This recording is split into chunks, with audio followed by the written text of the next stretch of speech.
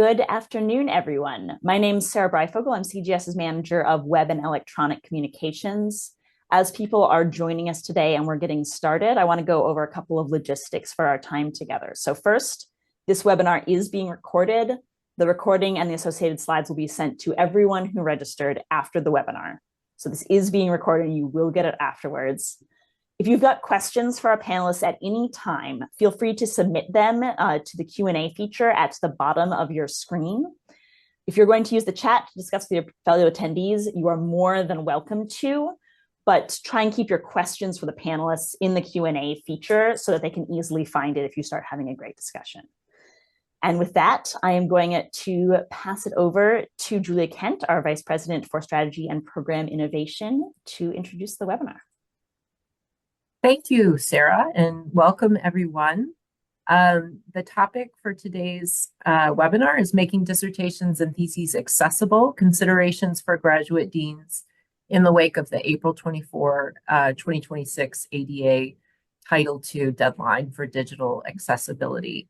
And this is actually a topic that was brought to us by a member institution, a member dean who asked us if we could provide some guidance on this topic ahead of the deadline.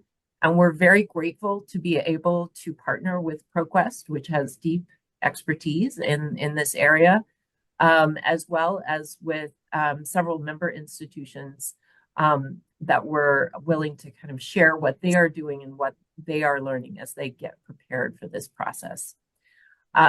So officially, thank you to ProQuest for their support of today's webinar and for all of the institutions who have contributed to our Partner Innovation Series.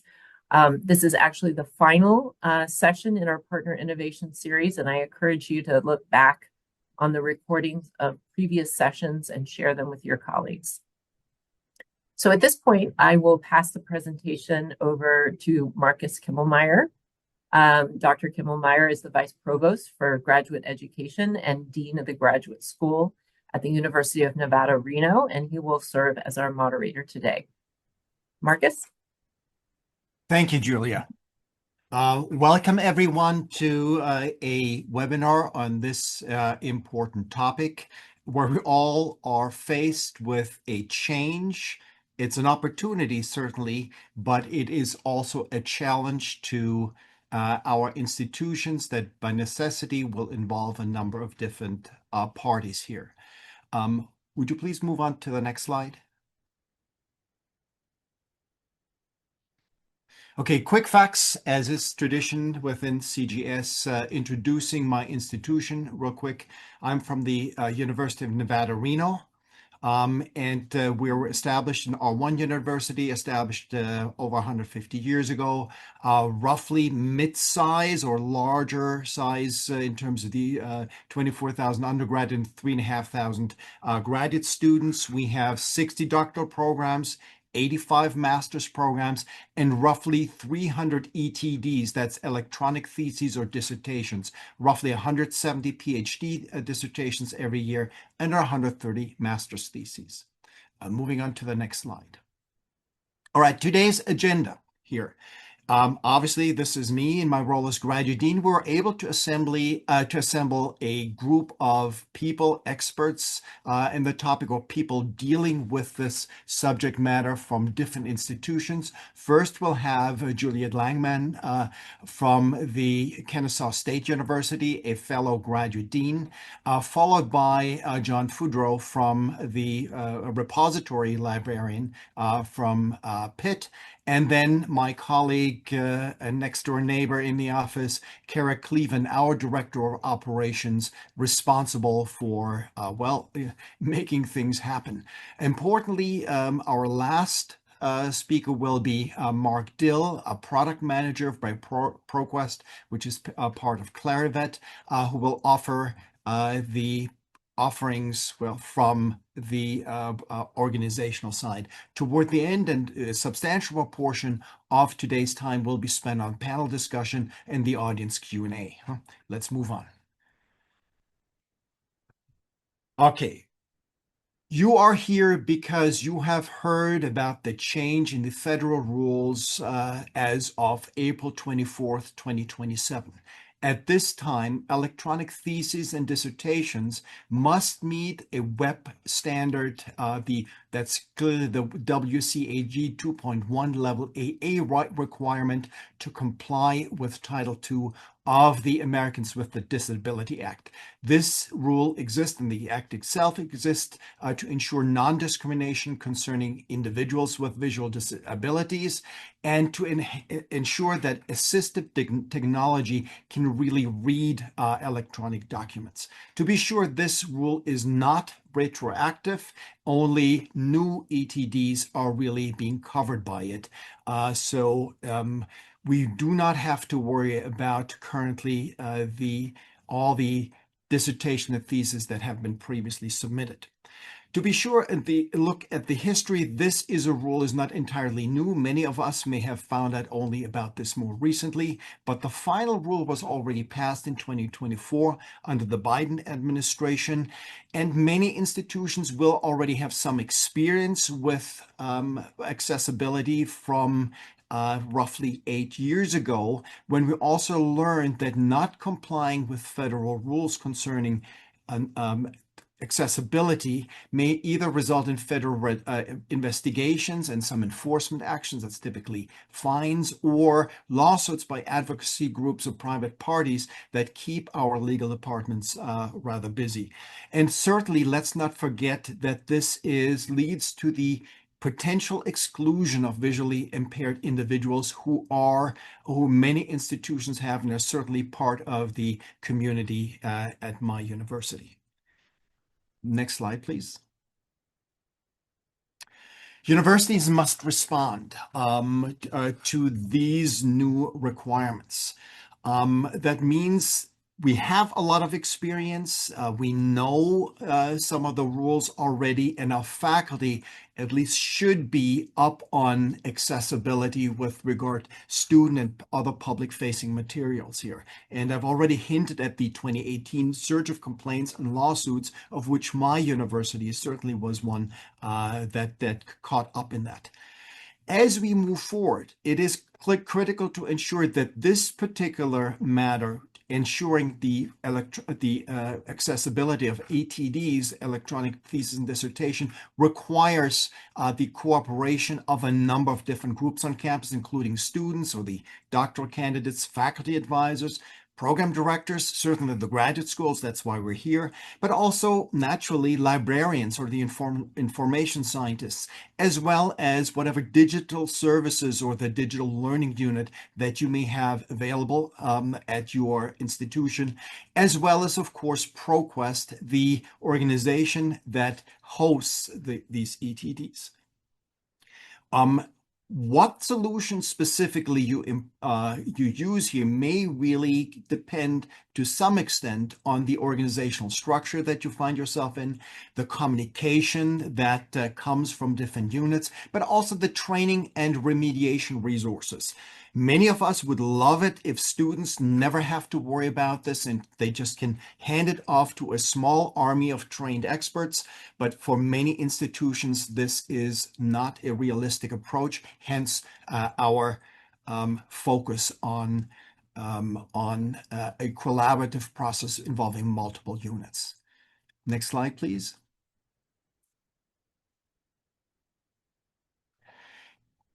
As to set us up for the current discussions and what we'll hear from different institutions, there are a number of important questions that I've summarized here, which are not exhaustive, but certainly on point.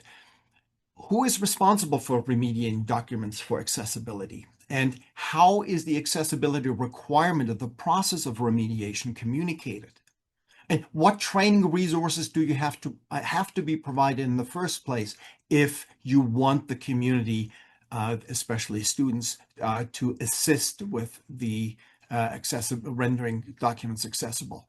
And then once something is submitted, who and how is it being verified that the document is indeed accessible or accessible enough? Because that tends also to be a matter of degree. And what's the standard for accessibility? And how do you assess that the standard is being reached? And how can you minimize the remediation work required to achieve this kind of standard, assuming that many dissertations and theses, when they come off the bench, so to speak, are not yet accessible? And how this is recognizing different users among the graduate student community. There are people who work with Word and other people who work with LaTeX.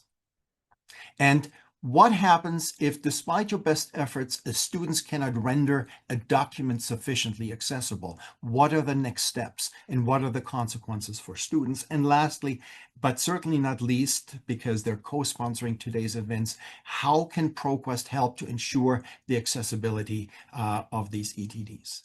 So much for these important questions. And at this stage, I would like to introduce our first speaker, who is from moving to the next slide, please, who is from Kennesaw State. This is my colleague, Juliet Langman, the Dean of the Graduate College. Take it away, Juliet.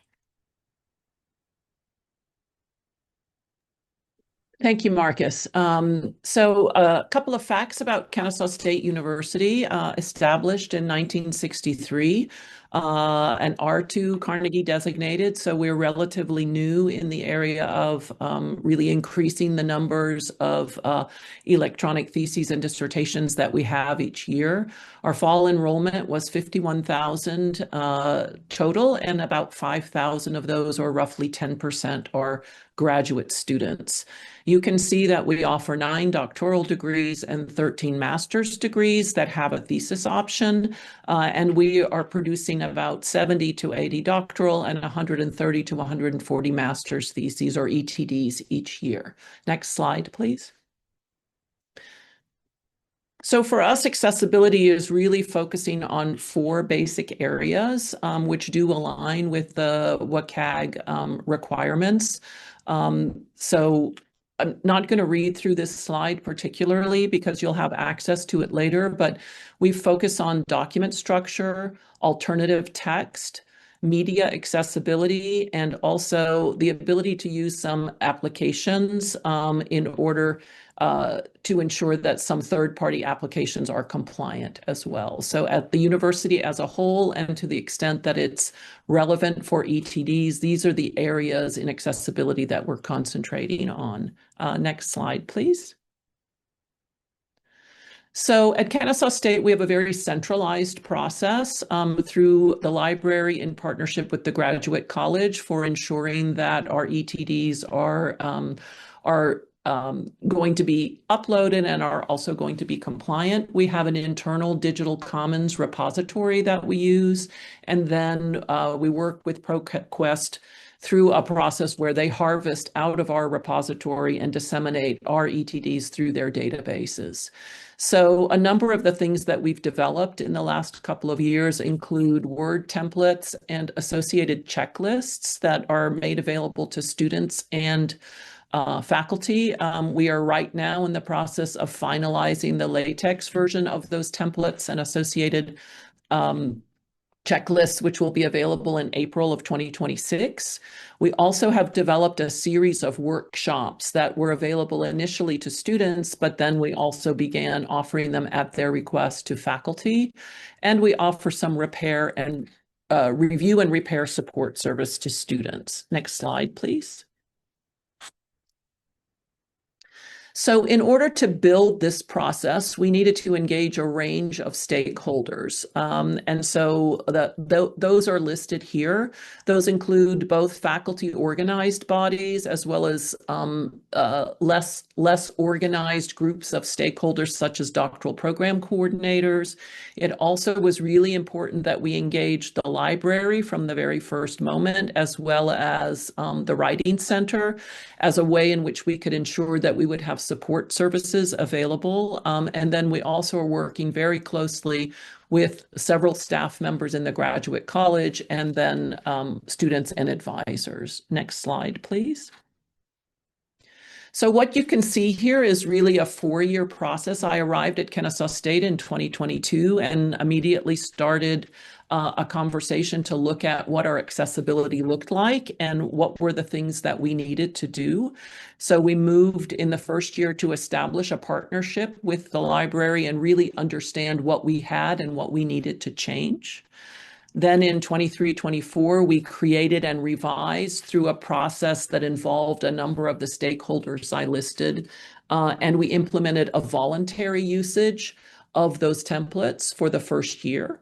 In the following year, last academic year, we did our final revision of the templates and the checklists, and they are now required. And then we moved to doing the same process with the master's degrees and had voluntary usage. At that point, we introduced these two workshops. Why should you have a template for an ETD? And how can you format your ETD? And then finally, this year, we've moved on to adding an additional workshop and also the introduction of UJA Panorama accessibility platform that allows students to see what they're working on and how to move forward with their dissertations and master's thesis. Next slide, please. Okay, and now it is my pleasure to hand it back to Marcus. Thank you. I want to introduce right now John Foudreau, a repository librarian who hails from the University of Pittsburgh, who will share with us about their process. John, please. Thank you, Marcus. Next slide, please. Yeah, just some background on the University of Pittsburgh. We were established in 1787 in R1, and we have about 650 or so ETDs per year across our 14 graduate schools. And also we include in that process our bachelor's of philosophy theses from our undergraduate honors college. So it's quite a wide array of different types of disciplines and works that we have through our process. Next slide, please. I think we missed one there. Go back one. There we go. Yeah, contrary to what Juliet has just described, ours is actually more of a decentralized approval process, which is quite an interesting setup for management and trying to dissemination of information and making sure everything aligns with the process. This is around 20 years of development of this process in general at the university, where we established the electronic theses and dissertation program in coordination with our adoption of an open source platform for our institutional repository. This allowed us to generate the first set of templates that we were given to each school, but gave the independence to the schools to do the reviews, the formatting back and forth with the student, to then mediate that approval and process it into our institutional repository. Along those lines, we were also having ProQuest harvest from the institutional repository for many years. And the last year or so, maybe 2 years, I think it's been now, we switched to ProQuest ETD Administrator as we were adopting a new open source platform for institutional repository. So it changed a bit of the process, but still kept it decentralized. Now, these Word and LaTeX templates that we use for our ETDs were originally created in 2005 to be much like a print manuscript in format. When I arrived in 2018 to take over as the coordinator for ETD support from the University Library System at Pitt, I was in the Office of Scholarly Communication and Publishing at the time. We decided to treat that process more like education around scholarly publishing. So we decided to create more tutorials, a new website for ETD information, lots of workshops, and tried to refine those templates at that point to give the students a better foundation to be able to create the ETDs without so much of a headache as they might have seen in the past of trying to search for solutions that they weren't given with the instructions we had provided. So the focus then became accessibility, usability, readability, and consistency, as you'll see, is a common thread amongst many ETD programs that are putting forth tutorials or workshops for the process. Next slide, please. So again, some of the general standards that we have tried to apply and to keep in mind of as we generate new tutorials and have adjusted the templates, document identifiers for title and creator within the file itself, tag structure for reading order and so forth, alt text for figures. Also paying more attention to actual data tables in ETD. That this is something that I often find students are quite unaware that's a problem of taking an image of a table and throwing it to a document and saying, I think it's good. So try to educate them on some of these basics of accessibility during our tutorials and workshops, and also within the actual templates themselves. So trying to integrate some of these instructions as they're reading through how to construct their ETD, helps to alleviate some of that confusion for them. This also includes supplemental files. This has been a labor for us to try and figure out how to best address this, because it's one thing to hand a tutorial with all the instructions, but to try to also be able to encapsulate supplemental files that may be quite a wide array of different file formats and needs for those has been another aspect we're trying to pay more attention to as we move forward. Next slide, please. So one of the questions was put upon us as we started looking at the mandate for this new accessibility standard, whether it was more important to work to create a more robust tutorial and template structure so that the accessibility can be addressed during the creation of the ETD, and that we teach the students about making these accessible documents. Or is it better to have them use the template as they need to? We try to get it as close as we can through that process. And then there's some sort of remediation at the end of the process, either by experts within the school or within another unit that would be created at that point. There was never a solid decision as to what the best solution would be, but it was definitely one of the major factors we tried to weigh out as we moved on to the next phase in our current process.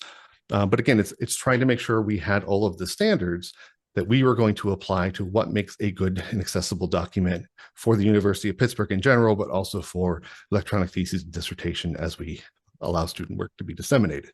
Next slide, please.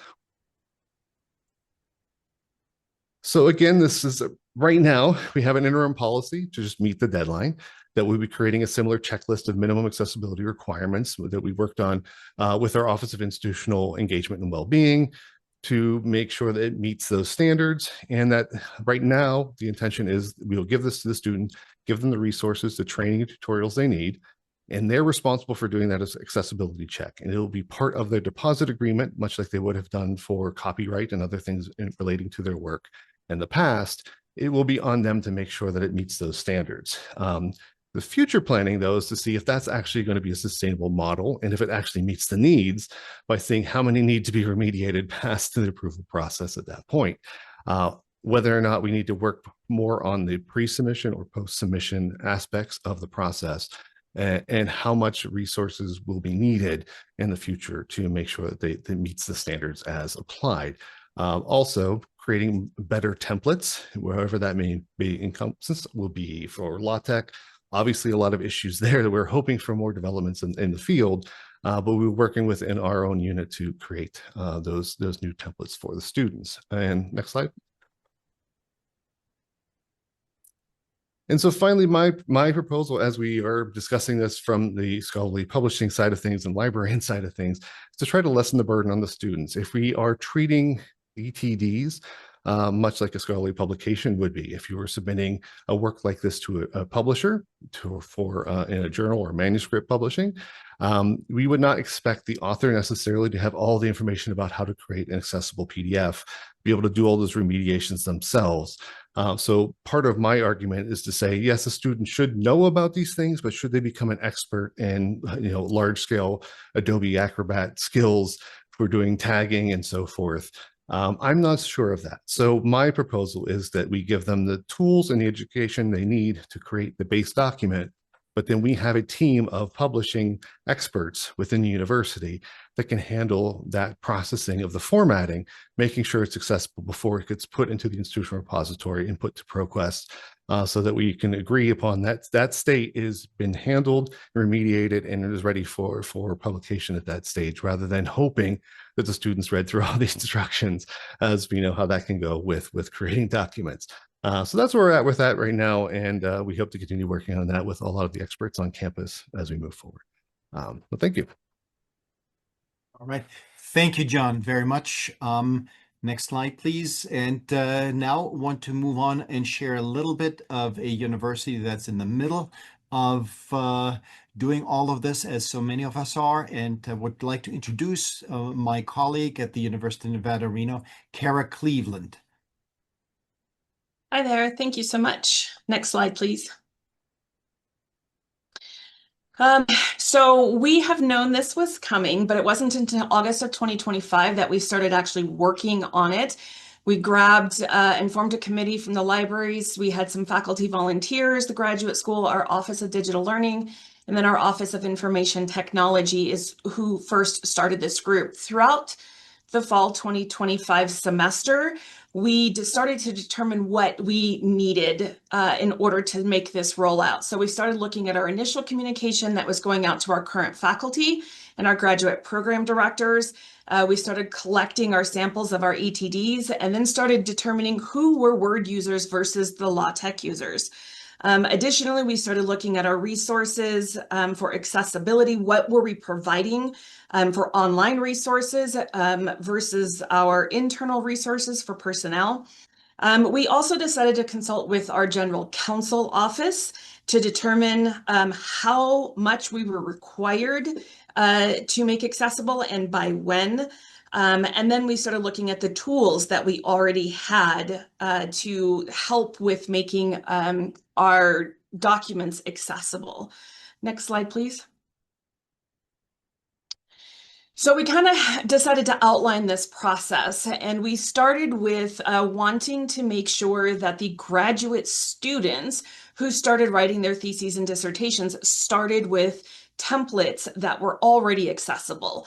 As anybody knows, it's much harder to go back and retroactively make a document accessible. So if we could provide templates, we asked all of our different programs to submit what their templates already looked like, and we would boil it down to an initial template that we made accessible. And then we decided that we would try to provide online accessible courses, these modules for Word users and LaTeX users, so that they too could start with an accessible document. And as they created their different documents, as they went through the process, they could continually check to make sure that the new tables or the new headings that they added were already accessible. So what we wanted to do was for both Word and LaTeX users was wanted them to have a document that they started out with that was accessible. And then as they moved through the process and they converted these into a PDF document, that they would put these through then the PDF document accessibility checker, right? So that it was meeting the WCAG 2.1 requirement. Then that the students would save a copy of the Adobe PDF accessibility report. The student needed to submit these accessibility reports to their faculty advisor along with their theses and dissertation submissions. Next slide, please. From there, we left it as the faculty reviewers who would determine, we wanted the faculty reviewers to review the accessibility report to make sure that everything passed. If something on that came back as a failed, then they needed to submit it back to the student and point out to the student that we cannot have any failures on the accessibility report. And that if the student was unable to use the resources that they had within these modules we created, that they could go back to the Office of Digital Learning and get help with this. If the student submitted an accessibility report that showed that all components passed, then the faculty would actually attach that accessibility report to the final review that gets submitted to the graduate school. And this was a way that we could make sure that the faculty was also being held accountable. It was not just the student being held accountable for these. And then for us, we have students submit their theses and dissertations through ETD with ProQuest. So the student at the time of submission of ProQuest was already submitting a document that was meeting accessibility. Next slide, please. So the implementation of this, we've been working on it for a while, but we are rolling this out to our students starting now. We are rolling out the communication plans. We have been communicating this to faculty all along, but we have a dedicated communication plan that is officially going out to the graduate faculty and for the students. We are also going to be hosting training events for graduate program directors and for graduate faculty who are advisors to students starting in April of 26th. We're also going to be hosting graduate student workshops specifically to this. However, keep in mind, all graduate students who are currently enrolled will have access to these modules through our software systems, but we're going to be hosting specific workshops for students. And then we'll be continuously updating them with our online materials and different accessibility modules. We'll be taking feedback from students and faculty and improving those as we move along. We are hoping for at least a partial compliance for our May and August graduates, as we know students are already defending theses and dissertations. And so we want them to be as accessible as possible to be able to meet May and August graduation, but we are going to be requiring 100% compliance by December of 2026. Next slide, please. Okay, thank you very much, Kara. Moving on to the ProQuest and Mark Dill, who is a product manager, who will tell us about the offerings of our corporate partner here. Take it away, Mark. Thanks, Marcus. Next slide.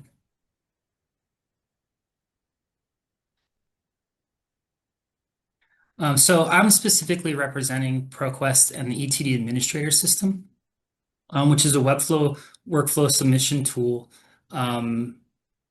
where universities across the world really submit to this system. It helps facilitate the administrator review as well as this delivery of the content to the university IR and PQDT Global.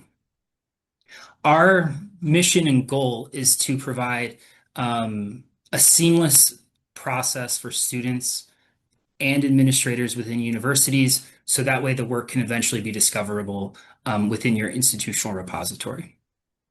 Next slide. So we've actually been talking about accessibility for a couple of years now. And we've been having conversations with institutions on what we can do to assist with accessibility, and now with the new regulations that are going into effect in April.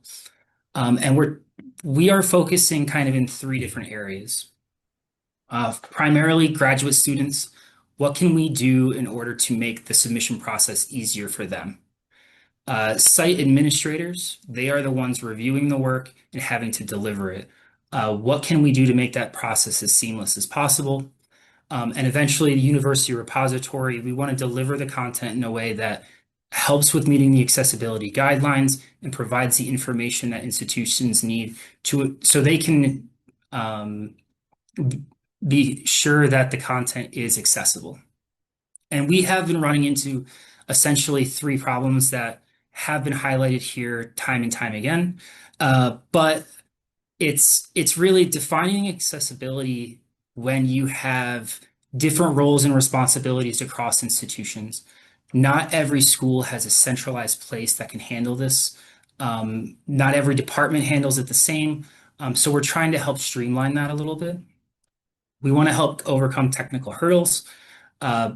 Specifically, when we interact with a document, it is a PDF, and making a document accessible that's already a PDF has complications. Sometimes it requires specialized skill the more complex the document is. Not all students have access to the same software, and there can be a high cost to remediation when you start talking about hundreds and thousands of documents. And there's also a new administrative burden placed on institutions. If schools are responsible for making documents accessible in their IR, how can they confirm that that document does meet the guidelines? Students can have templates, students can have instructions and videos, but in the end, we still need to make sure that the document meets the guidelines that are required for institutions to meet. Next slide. So what we are currently working toward within the ETD administrator system is a phased approach to accessibility. And our first phase is looking into a review tool for PDFs. What this tool will do is it's an optional feature that would allow an administrator to upload a PDF and run an accessibility check. There's going to be 3 possible outcomes. It passes because it meets the requirements. You could get a warning. There are levels to accessibility, and if we are above the requirement, but the document still meets the requirement, you could get a warning. And then a fail, which would indicate that the document does not pass. This feature we are working towards a potential release in Q2 of 2026. So coming up pretty quickly. It will only be released to administrators at first. But it's not going to be a required step in the process. It is optional. So that is the way that we are focusing on it for right now. Next slide. We do, as the phased approach, we do have additional enhancements that we're looking at. The first one, which we are reviewing right now, is an author submission workflow. Creating an optional place where a student can actually check the accessible level of their document, not only as part of the standard submission workflow, but also as part of the PDF revision process. Administrators today can ask a student to change the PDF that has been uploaded because they don't meet specific steps in the process. It's missing information. They did not follow the template that was requested of them. Once they make those changes, we're installing a step that they can actually check accessibility as part of that revision process. I did mention it's optional right now. We are working on site level configuration, so independent sites, departments, or institutions could make it a required step versus an optional step. If that is the case, it would automatically be, when it's required, it would automatically be sent for the accessibility check. We are also working on enhanced reporting functionality, so that way you can see what PDF files have been pushed through the system, what passed, what failed on a more holistic level as opposed to a granular level for one submission versus all of your spring and summer submissions. And then also updating the dashboard to provide better information for institutions. Future enhancements that we are investigating right now, but we don't have a timeline for, is actually a author-driven remediation process. It would be an automated accessibility remediation that the author could control directly within the ETD support system. We are also looking at one for how to incorporate that within the administrator workflow. Next slide. All of this has come about because of conversations with the community, with individual institutions, and our discovery community as a whole. If you would like to take part in that conversation, whether it's about accessibility or any other future enhancements to ETD Administrator, please let me know, and you can join our discovery community. We meet monthly to discuss enhancements that we're adding to the site. And with accessibility, it is going to be a very complicated feature, and all the feedback that we can get, the better. And with that, I'm going to turn it back over to Marcus. Thank you, Mark. I appreciate everybody's presentation, and I'd like to open it up now for questions and discussions. And I'd actually like to kick it off myself by just addressing 2 questions that we already received earlier. One is really a clarification question concerning whether this new rule framework is retroactive. And the answer is clearly no, it is not retroactive. It is only proactive. Yet, to address another issue, I think many of you already have processes in place that deals with other materials available at the university that may not be accessible, that would be accessible made upon request, and most likely whatever process you may have available there is what could kick in if you had a request for a dissertation that is not accessible and was submitted prior to April 24 of 2026. That was one question. The other question, briefly, whether private institutions have to do that too, have to comply by these standards. The answer is a clear yes. As long as you receive federal money, and which most schools do. I cannot think of anyone that does not, via with financial aid for its student. It applies to you as well. Great. But moving on to some questions that were really raised here by some of the audience members. Here's the first question to Juliet Langman at Kennesaw State. There was a question that asked about your learning management system and your experience with that specifically. How is it possible to make the use of these kinds of templates mandatory for your student community? Thank you very much for the question. So as I mentioned, we used a phased approach where we first introduced the templates and then got as many stakeholders as possible to chime in on the structure of those templates and the specific items that were on the templates. And then we made their use voluntary for I believe it was three submission cycles, roughly a year and a half. After that, we messaged clearly out to the university that students were going to have to use the templates in order to ensure, one, that the documents were accessible, and two, that they were adhering to certain formatting requirements that we had established at the university. I will say that within that, there's a lot of leeway on the actual styles, fonts, all of those sorts of things that students are using. They want to use APA or MLA, those things are also allowed. So our templates were really designed with accessibility issues in mind, as well as a certain amount of uniformity about the front pages and the end pages of the dissertations and theses. Great. Thank you very much. There was another question also addressing that emerged in John's presentation concerning the use of latex templates. How can you make those specific to the university, and who's taking care of those? Who keeps updating those? What's your process? Sure. Yeah, we have, as I tried to answer in text there as well, we have an ETD process group with a membership that has members from the Vice Provost's office, the University Library System, volunteers from some of the approving schools that we meet and discuss any changes that need to be made to the templates, any upgrades or additions and things of that nature. But for the most part, we have an ETD support team that will take care of those updates to the templates in-house. And so we'll just sort of iterate upon each template and make those changes and then release those to the ETD site after testing and make sure they work properly. But we are looking to expand that to other resources on campus to get more input on, especially on LaTeX and some of the complications there, to see if there's better solutions for making improvements. But mostly it's in-house with ETD support.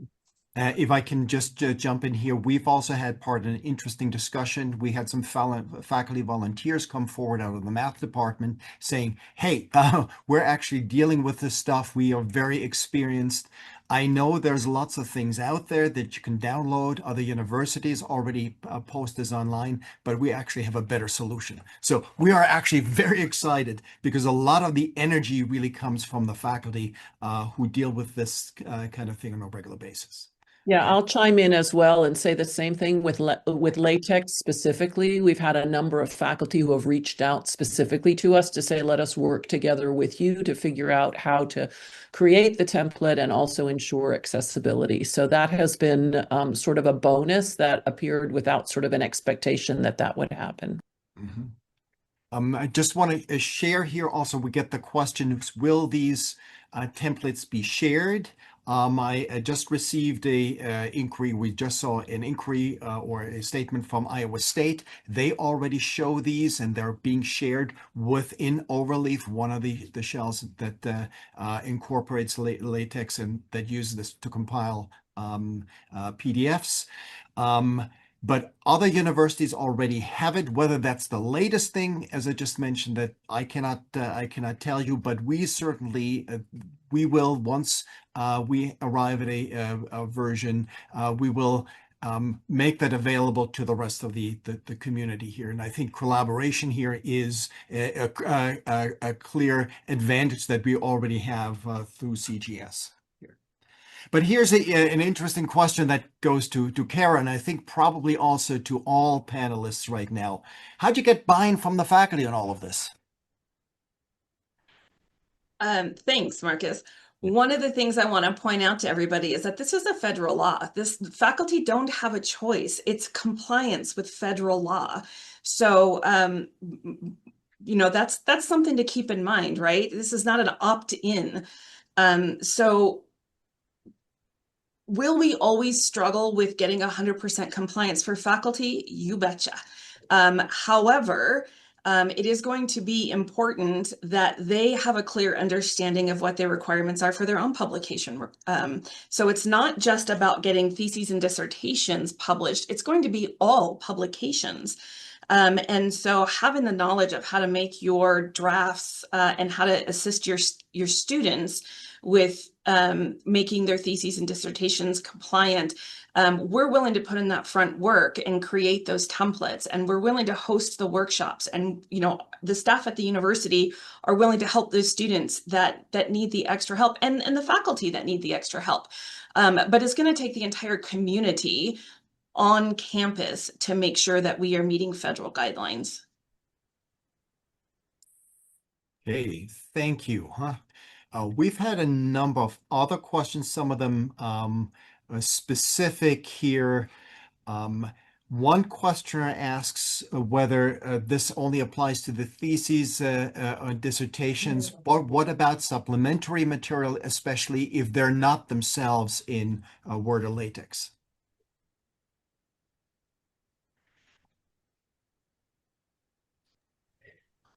Yeah, so my response to that would be to sort of echo what Kara is saying. Anything that's going to be available for public consumption beyond right, a specific audience that you already have predefined is going to have to be accessible in order to be in compliance with the federal guidelines or for the federal law. So I would say the answer to that would be resoundingly yes. And it is a challenge that at our university, you know, we have been working on quite diligently also, if you extend this, for example, to all the materials that are available in courses that include, you know, short films and PowerPoints and databases, all of those sorts of things that may be, in the case of ETDs, ancillary materials that are being shared.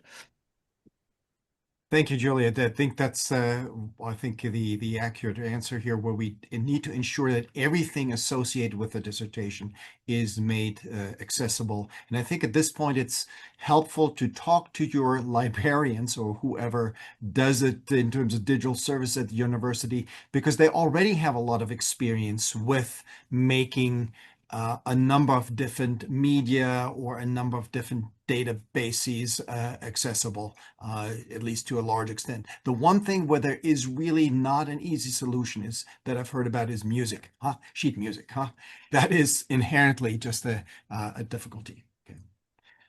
I've received a number of questions that really address the issue of the dates. When does this really kick in? By what times do submissions really have to comply?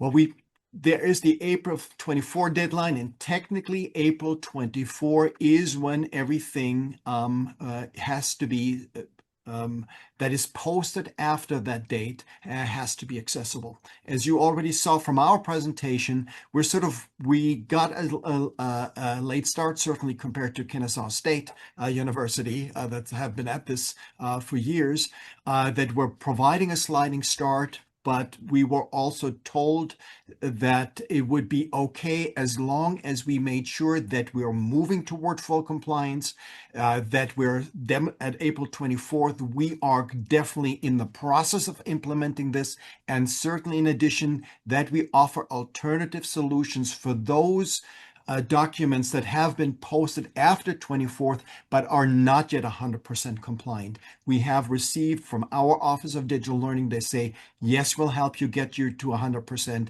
We will assist with the arguably limited number of documents that may have to be remediated then. Okay. All right. There's other practical questions. Mark Dill receives the question of, is there a general accessibility checklist option that can be made available via ProQuest to really help students meet this standard? Checklist as meaning did the student go through each option and they're confirming that there's tags, there's alt text on images and correct read order, such like that. Am I understanding that question properly? I think your interpretation is just as mine here. I did answer a similar question related to, can a student confirm that it meets the ADA requirements? That's not available today, but it's definitely something that we would address and look at as we consider the student workflow. Okay, thank you. That also goes a bit to the question, what is the standard of for accessibility here? And there's a question that came up, does Adobe Acrobat or Word perhaps comply with this standard here? Per my knowledge, and please chime in, the latest version of Adobe Acrobat Pro does meet the standard, which is why it is so useful. That's already a widely available program, and that would meet the 2.1 standard, not only the 2.0 standard right now. However, you need to ensure that you're using the right version. If it's an old version, it may not comply. If you're using, however, the built-in accessibility checkers within Microsoft applications, you cannot assume that they do meet that standard. They help a great deal, and there's a good chance, but no guarantee, that prior to feeding that into Adobe Acrobat or converting this to PDF, they are more accessible than they otherwise would be. But you should definitely check against the standard, which is Adobe, which can be represented by Adobe Acrobat. In this regard, I have a question actually for Mark again. Mark, sort of to the extent that people are using Adobe Acrobat, how is your tool that you're envisioning, how does this provide any added benefit here? Should we not expect that some students who first check with Adobe Acrobat and then upload always get the green light or the green sign on your application? Theoretically, yes. You did mention that students that are using Word or Adobe or even LaTeX in the resources that they have provided, those systems will help with accessibility, but there are always instances on PDF because of the complexity and the creation process where they could miss something. Even with the new tools, I was actually working with something the other day where the newest Adobe Pro did not make the document accessible. It skipped something. The read order was incorrect. So our tool would be looking for that as a safeguard to ensure that, especially if a student has to do a revision on their document, that they're still meeting the compliance. So that is the best explanation at this time. Okay. Yeah, there also seems to be a question. There seems to be a sense that there is a mismatch between Adobe Acrobat, what they spit out, and what you might actually see after submission. There seems to be a suspicion that ProQuest actually creates additional accessibility issues. I'm a bit skeptical about this. We will not be creating additional. There's multiple tools and there's multiple methods for ensuring that a document is accessible, or remediating a document from the developer standpoint. So if we're using an API to ensure that the document meets this accessibility standard, we're going to be checking against a standard. Now, one of our ideas is to be able to enhance the tool to check for other things, to help future-proof documents if an institution wanted to take those steps. But we are targeting the standard that today. We're not trying to be above it or below it. But if we were above it for some reason, we would provide that type of information to our users so they were aware of exactly what we're checking for. Okay. Here, thank you so much. Here, another question concerning the LMS system that Juliet Langman from Kennesaw State earlier mentioned. How does your UJA Panorama LMS really facilitate this trip toward accessibility?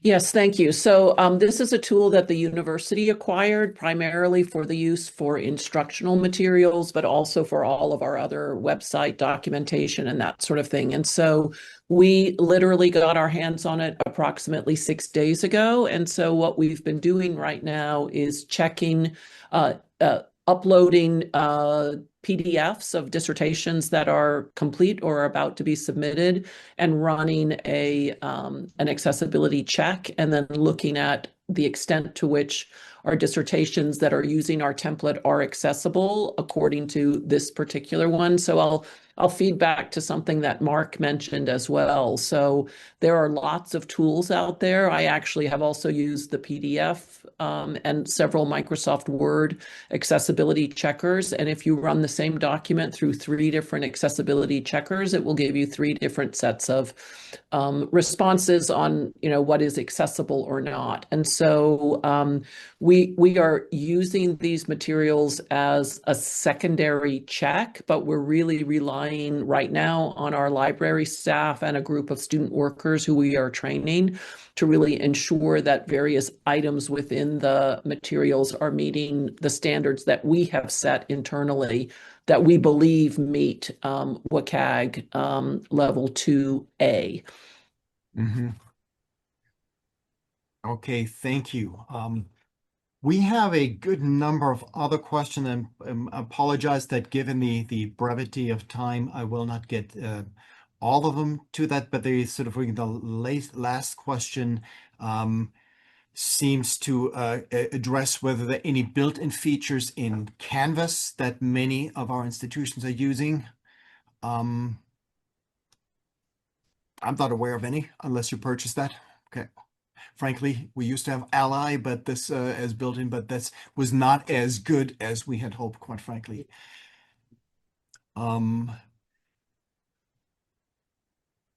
There also question of there's a more basic question whether something is deemed accessible or not here. For those of you who don't really have a full understanding of accessibility, please read up on that. There are lots of sources available online that tell you this here, what the standards are. There's sort of a number. John already in his as part of presentation listed a number of different items here that were mentioned that have to be accessible in terms of how clear the text appears on the page, the reading order, how different non-readable objects embedded in a document, how they have to be described in order to be accessible for a screen reader. And there's also a question. Jill Lagerstrom asked the question: what's the future? Can we move on beyond the PDFs for accessibility, huh? Or are we forever stuck with that? What's your view on that? Is there anything that moves us into the future?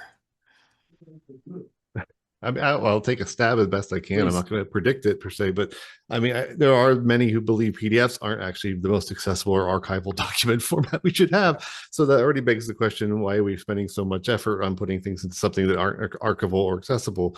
There will always be progress in making better file formats and transitioning to something that's more usable or that might be mutable between different file formats. I think HTML is a possible solution for another variation upon what a PDF could be, especially for LaTeX, that helps to process it and make it a bit more accessible in that regard.